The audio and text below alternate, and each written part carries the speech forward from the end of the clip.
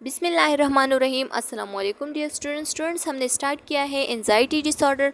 Anxiety disorder में according to DSM 5th edition हमने पहले एंजाइटी की डिफिनीशन पढ़ी, फिर उसके बाद हमने एंजाइटी डिसऑर्डर की डिफिनीशन पढ़ी, फिर थोड़ा डिस्कशन की अबाउट एंजाइटी डिसऑर्डर और इसकी जो टाइप्स हैं 9 टाइप्स थे। उस 9 टाइप्स में 5 टाइप्स हमने ऑलरेडी डिस्कस किए और आज जो बाकी 4 टाइप्स रह गए हैं उसको डिस्कस करेंगे। तो आइए स्टार्ट लेते हैं। स्टार्ट लेने से पहले आप लोगों से एक छोटा सा रिक्वेस्ट है कि अगर आप हमारे चैनल लेक्चर्स बाय अनाया केम्यू पे नए हैं तो हमारे चैनल लेक्चर्स बाय अनाया केम्यू को सब्सक्राइब करें, प्रेस द बेल आइकन ताकि नेक्स्ट वीडियो का नोटिफिकेशन मिल सके। अगर वीडियो पसंद आ जाए तो वीडियो को लाइक करें, कमेंट करें एंड अपने दोस्तों के साथ भी शेयर करें। तो स्टूडेंट्स, अभी जो हमारा 6th वन टाइप है तो वो है एगोराफोबिया। एगोरा एक ग्रीक वर्ड से निकला हुआ वर्ड है और उसका मतलब है place of assembly or open places, या इसको हम ओपन प्लेसेस या क्लोज प्लेसेस दोनों में क्या कर सकते हैं, इसको मीनिंग दे सकते हैं। ठीक है, यानी एगोरा का मतलब है प्लेसेस। ठीक है, चाहे वो ओपन प्लेस हो चाहे वो क्या हो, क्लोज्ड प्लेस हो। तो एगोराफोबिया में क्या होती है, याद रखना है, रिमेंबर रखना है कि एगोराफोबिया तब होगी जब बंदे को एक बार या एक से ज़्यादा बार पैनिक अटैक आया हो।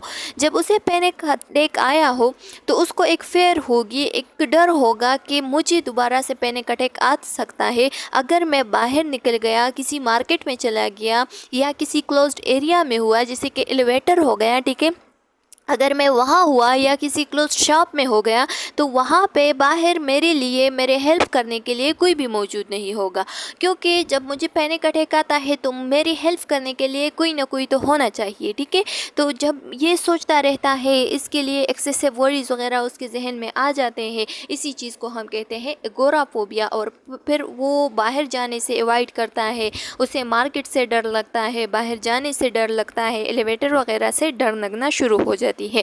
तो इसी चीज़ को हम कहते हैं एगोराफोबिया। लिखा गया है कि इंडिविजुअल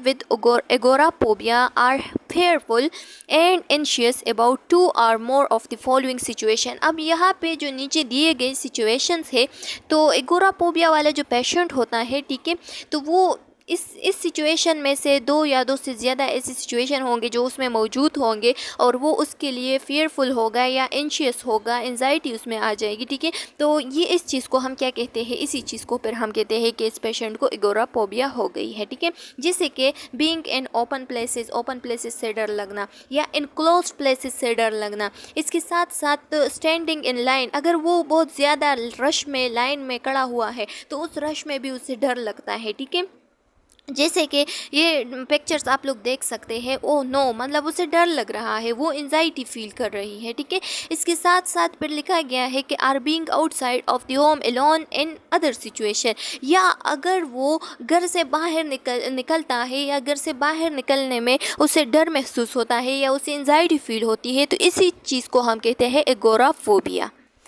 नेक्स्ट हमारे साथ जो टाइप है वो है generalize anxiety disorder. Generalize anxiety disorder को हम फ्री फ्लोटिंग एंजाइटी भी कहते हैं।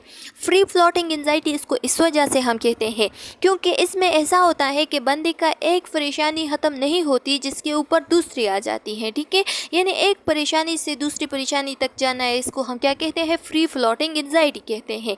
इसमें बंदा जो है ना वो एक्सेसिव वरी करता है, उसको सही से नींद भी नहीं आता। क्योंकि फॉर एग्जाम्पल एक बंदा है और उसकी कल इंटरव्यू है, ठीक है, किसी भी जॉब के लिए, तो वो सारा रात यही सोचता रहता है, कहीं ऐसा ना हो कि मैं लेट उठ जाऊँ, कहीं ऐसा ना हो कि मैं लेट हो जाऊँ, अगर मैं लेट हो गया तो क्या होगा, मेरी इंटरव्यू गलत हो गई तो तब क्या होगा, अगर मुझे जॉब नहीं मिला तो तब क्या होगा, कहीं ऐसा ना हो कि रातों रात में बीमार हो जाऊँ तो तब क्या होगा, मेरी इंटरव्यू मिस हो गई तो तब क्या होगा। ये सब उसको एक्सेसिव वरी हो जाती है। ठीक है, तो इसी वरी को, इसी एक्सेसिव सोचने को, इसी ओवर थिंकिंग को हम क्या कहते हैं, जनरलाइज एंजाइटी डिसऑर्डर कहते हैं। और इसको हम क्या कहते हैं, फ्री फ्लोटिंग एंजाइटी। ये आप लोगों ने रिमेंबर रखना है।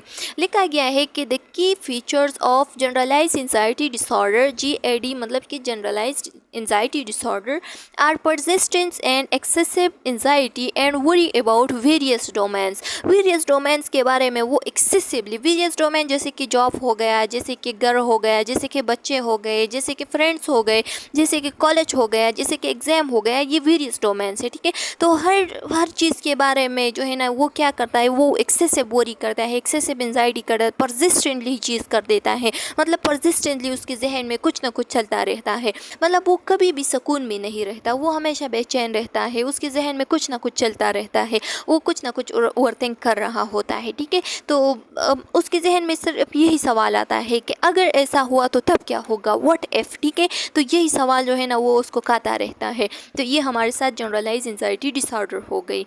इस डोमेन्स में क्या इंक्लूड है, जैसे कि including work and school performance that the individual find difficult to control, ठीक है। जैसे कि स्कूल हो गया, वर्क हो गया, स्कूल परफॉर्मेंस हो गया, वर्क परफॉर्मेंस हो गया, ठीक है, जो कि एक इंडिविजुअल जो है ना वो अपने आप पे इतना काबू उस पर नहीं है कि वो अपने सोचों को, अपने एक्टिविटीज़ को क्या करे, कंट्रोल कर सके, ठीक है। तो ये चीज़ उसके लिए बहुत डिफ़िकल्ट हो जाता है। In addition the individual experience physical symptom include, और इसके साथ साथ फिर जब उसे जनरलाइज एंजाइटी डिसऑर्डर होती है, हर टाइम वो वरीज करता है या वो कुछ ना कुछ इसके दिमाग में गलत चलता रहता है, ठीक है। तो तब क्या होती है, उसमें फिज़िकल सिम्टम भी अफेयर हो जाती है, जैसे कि रेस्टलेसनेस हो गई, ठीक है, वो उसको सुकून नहीं मिलता, वो बेचैन होता है। आर फीलिंग केयर्ड ऑफ, या उसकी फीलिंग जो है ना वो केयर्ड ऑफ मतलब कि वो क्या होता है, एज पे होता है, ऊपर होता है, ठीक है। उसकी फीलिंग जो है ना वो हमेशा की पे होती है, हाई होती है, ठीक है। मतलब वो हमेशा ऐसा फील करता है कि मुझे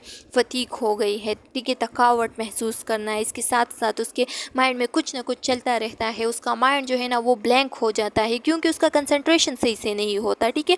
उसको इरिटेबिलिटी फील होना, थकावट फील होना, बेचैन रहना, मसल्स टेंशन होना, मसल पे बोझ पड़ना, ठीक है। इसके साथ साथ स्लीप डिस्टर्बेंस और स्लीप भी डिस्टर्ब होती है। तो इस चीज़ को हम क्या कहते हैं, जनरलाइज एंजाइटी डिसऑर्डर कहते हैं। नेक्स्ट हमारे साथ आ रहा है substance medication induced anxiety disorder. इसमें ऐसा होता है कि जो पेशेंट होता है, फॉर एग्जांपल हमारे साथ डायबिटिक पेशेंट हो गया, ठीक है, तो उसको टेंशन हो जाती है। किस चीज़ का टेंशन हो जाती है, ऐसी टेंशन, ऐसी वरीज उसमें आते हैं कि अगर मैं ये डोज फॉर एग्जांपल मैं प्रीवियस 10 ईयर्स से ले रहा हूँ, ठीक है, तो कहीं ऐसा ना हो कि नेक्स्ट ईयर मुझे इसकी वजह से कोई टॉक्सिसिटी हो जाए, कहीं ऐसा ना हो कि मैं इस मेडिसिन की वजह से मर जाऊँ क्योंकि ये मैंने इतने खाए हैं कि मेरे ब्लड में इसकी टॉक्सिन ना बन जाए, ठीक है।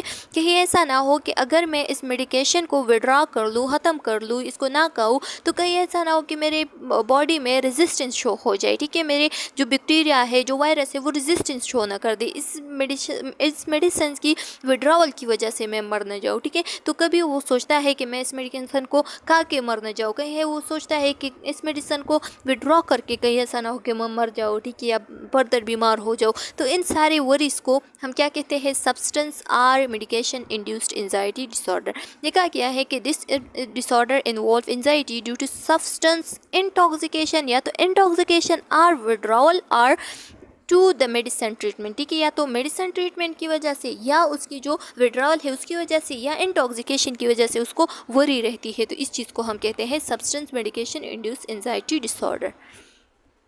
अब जो लास्ट वन है वो है anxiety disorder due to another medical condition. अब एंजाइटी डिसऑर्डर जो है ना उसे अनदर मेडिकल कंडीशन की वजह से हो जाती है। जैसे कि कभी कभार ऐसा होता है कि मतलब सामने वाला पेशेंट जो है ना वो हमें बता रहा है कि मुझे ये साइन एंड सिम्टम है, मुझे ये प्रॉब्लम है, ठीक है, और आप डायरेक्ट ही सोच रहे हैं कि ये सारे प्रॉब्लम्स तो मुझ में भी मौजूद है, ये सारे सिम्टम्स तो मुझ में भी मौजूद थे, तो आपको एक वरीज हो जाती है कि ये डिजीज़ तो मुझे भी है, ठीक है। इसके साथ साथ अगर आपको एक डिजीज़ है, जैसे कि फॉर एग्जांपल एंडोक्राइन डिजीज़ हो गया, ठीक है, हाइपरथायराइडिज्म हो गया, तो आप सोच रहे होंगे कि कहीं ऐसा ना हो कि मैं ये मेडिसिन खा लूँ और मुझे हाइपोथायराइडिज्म हो जाए, मुझे कोई दूसरा डिजीज़ न लग जाए, हाइपोग्लाइसीमिया न लग जाए, या क्या लिखा है, हाइपर एड्रेनल कार्टिसोलिज्म हो ना हो जाए, ठीक है। तो इन सब के बारे में सोचना और वरीज करना, ये हमारे साथ क्या कहलाती है, anxiety disorder due to another medical condition.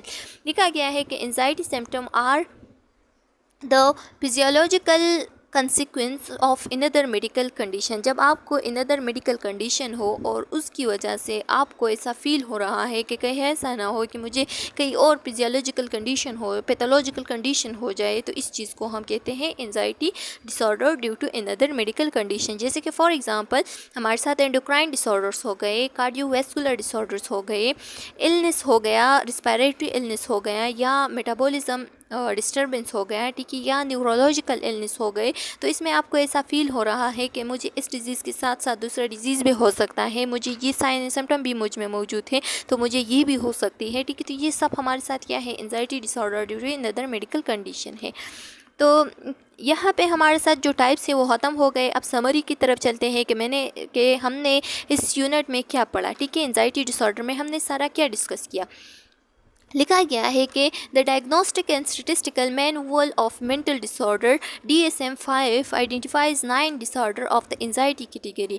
लिखा गया है कि हमारे साथ जो DSM-5 है, जो diagnostic and statistical manual of mental disorders है, जो 5th एडिशन है, तो उसमें एंजाइटी के कैटेगरी में 9 डिसऑर्डर्स डाले हैं, जो कि ऑलरेडी हमने डिस्कस किए, ठीक है। DSM-5 गाइड प्रैक्टिशनर इन डायग्नोज एंजाइटी डिसऑर्डर। अब DSM-5 की क्या फ़ायदा है, ये फ़ायदा है कि ये एक प्रैक्टिशनर को एंजाइटी डिसऑर्डर को डायग्नोस करने में बहुत मदद देता है, ठीक है, उसको गाइड कर देता है। DSM-5 स्टेट काज, ये हमारे साथ causes, symptoms and best treatment for this condition. ये जो फॉलोइंग कंडीशन दिए गए हैं ना, जो कि हमने ऑलरेडी डिस्कस किए, ठीक है, तो इसके बारे में हमें साइन एंड सिम्टम, हमें काजेस, हमें सब कुछ जो ट्रीटमेंट है उसके बारे में बहुत अच्छी तरीके से स्टेटमेंट देता है।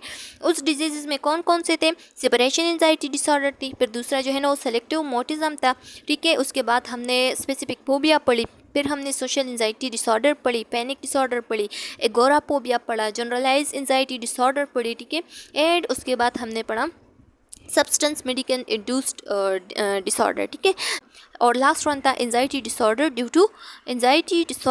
Due to another medical condition.